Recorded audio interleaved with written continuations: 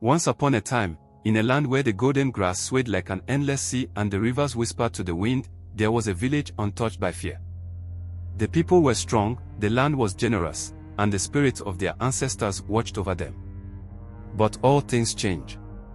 And fear would come to them on a night when the sky bled red. She arrived with the wind, without a sound, without a past.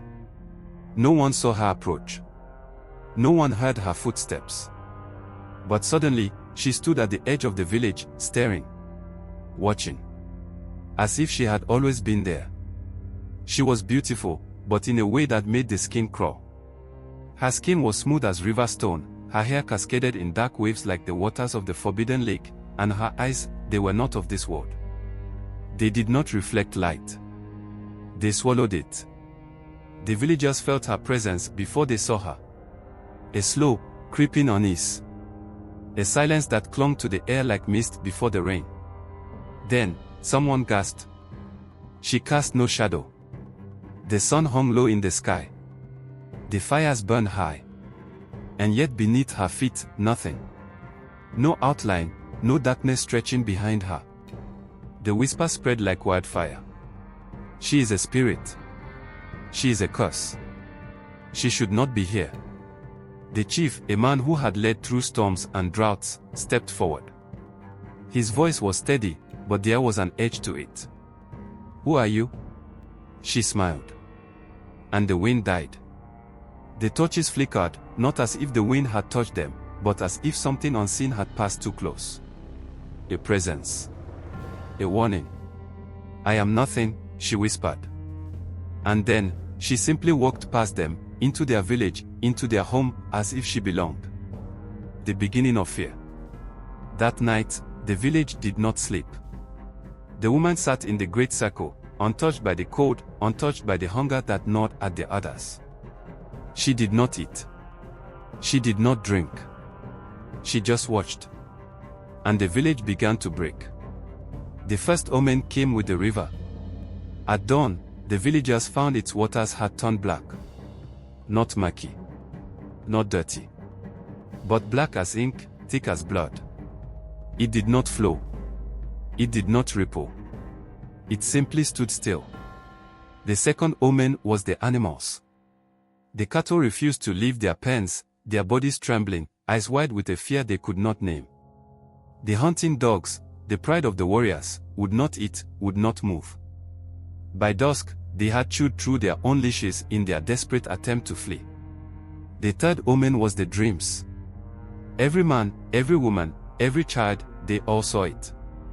A storm rising from the plains, thick and churning, swallowing the land in an endless night.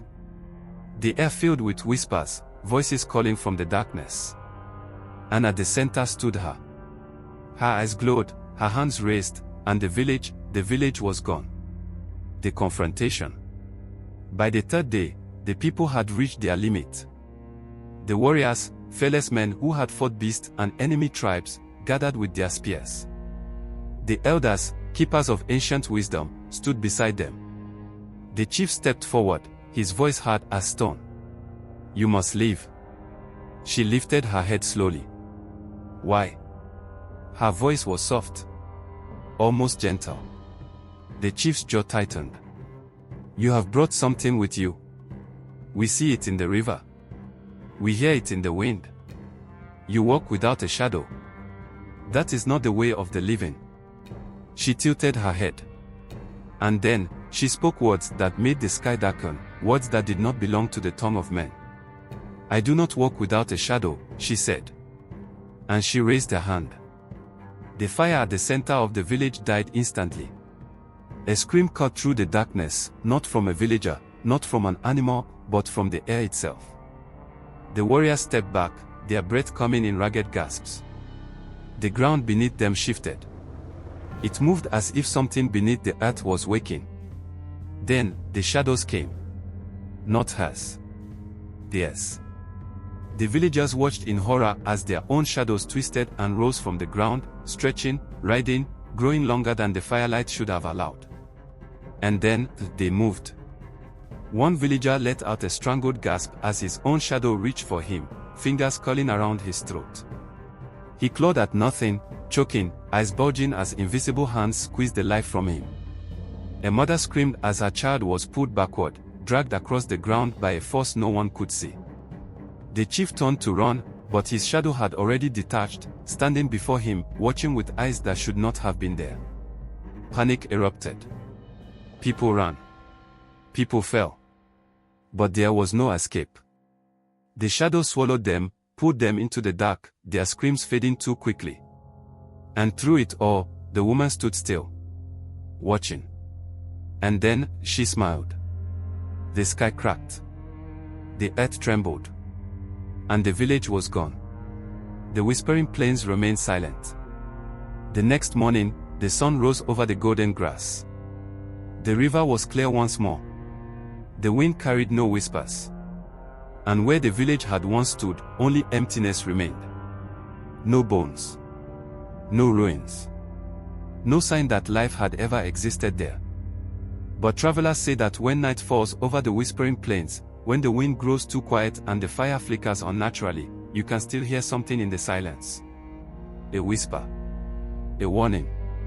If you see a woman without a shadow, run. But know this, she will always be faster. And sometimes, when the night is darkest, you might hear something else. A soft, knowing smile. And then, nothing.